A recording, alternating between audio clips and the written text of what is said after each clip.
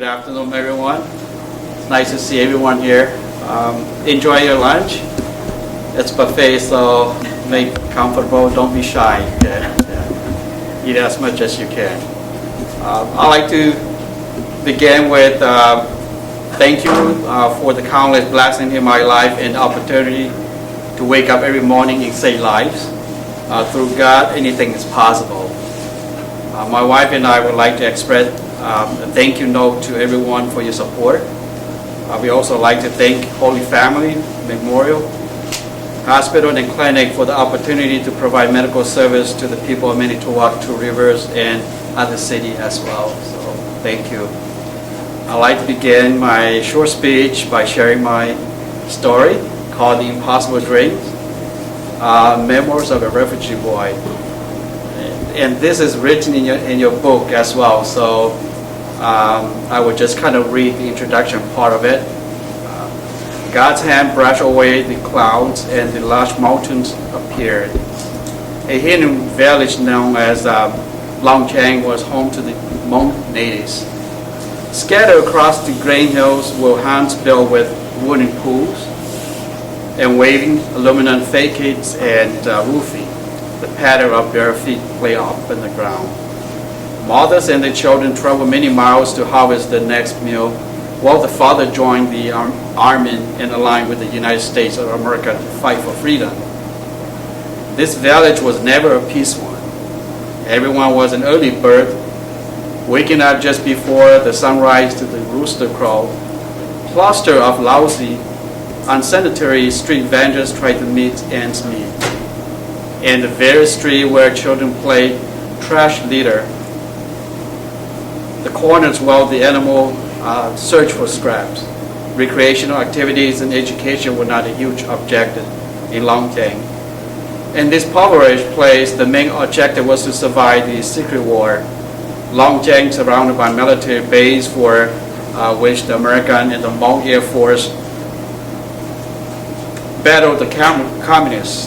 The Hmong were in agreement to stop the flow of the North Vietnamese troops and supplies through the Ho Chi Minh Trail along the southeastern Laos, rescues American pilots that were shot down, and protect the United States Air Force navigation radar and Pupat that guided the B-52s and the jets bombing military targets in North Vietnam. In return for their service and loyalty, the Hmong were promised safety and freedom. And this became the catalyst of the most conflicted and bloody war in our history for the Hmong. As a result of the war, the Hmong were no longer safe in their own homes. During the cold nights while the crickets chirped, the communists would advance closest to the village. They carried their guns, raided home, hunt innocent lives, and persecute the Hmong because of their affiliation with the United States of America.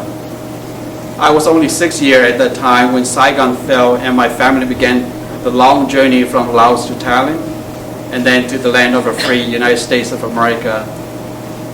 I faced numerous dangers with formidable obstacles, crossing treacherous paths and living under dreadful conditions in refugee camps. Indelible memories repeatedly flashing in my mind, and a promise I made to my beloved brother scarred my heart forever, inspiring my journey as a refugee who not only have a dream, but became the dream. After many years of travel, huddled in the rear of an old truck, we finally found ourselves outside of the towering wire gate. We arrived at Nong Khai refugee camp in Thailand early in the morning. The security guards watched the campground carefully with their piercing gaze. After many hours of waiting, we were directed to settle in an open field away from the compartment homes. Mud, tracks packed in the dirt, roads, and smoke filled the air. In the camp, thousands of Hmong cramped together into long buildings separated into small sub-compartments. Family bonded with one another. Cooking always seemed and looked to be the last meal of the day. Life in a refugee camp was not a place for children. food and water were limited for each household. On many occasions, my parents stained grass in water to satisfy our empty stomachs. The lack of sanitation and medical resources were the main cause of illnesses and death in these camps. On a hot summer day, my older brother Paul came home after a long morning of fishing. The guards did not notice him leave the campsite, and it was another successful catch of the day for him. My mother scaled the fish and prepared supper for the night. As the family gathered around the poorly made straw table to eat, I noticed my brother was not present. Paul was asleep and did not awake. He began to sweat profusely, gasping for air. We watched him struggle to relieve the unbearable pressure upon his lungs. After exhausting all the traditional Hmong treatments, nothing prevailed, and Paul's conditions only got worse. Every day, I would sit at the end of his bed in the hopes that Paul will open his eyes and say something. Days passed, and there was no improvement. My parents finally took Paul to the Refugee Health Center, but there was nothing could be done. After many hours of filling out papers, we were able to leave the campground to go to the nearest Thai hospital. Without money for transportation, my parents had to borrow money from close relatives for a taxi. As we traveled, Paul's thin body began to perspire.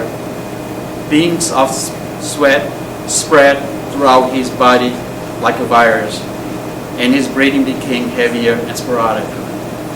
When we finally arrived at the hospital, my father gathered Paul in his arms and ran into the emergency room where no one greeted us.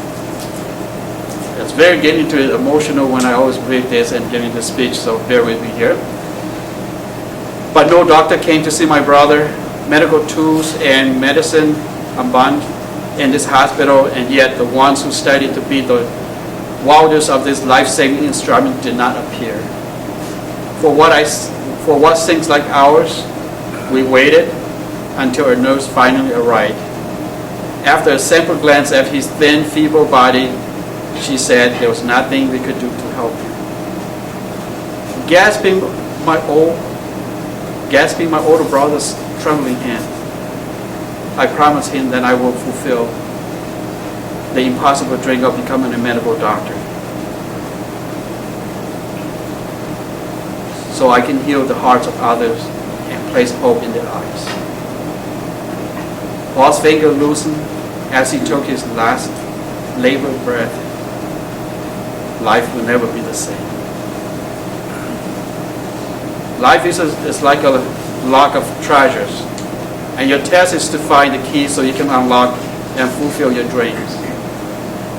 I came to know that education is a collection of knowledge that makes us a master key to open many doors in life.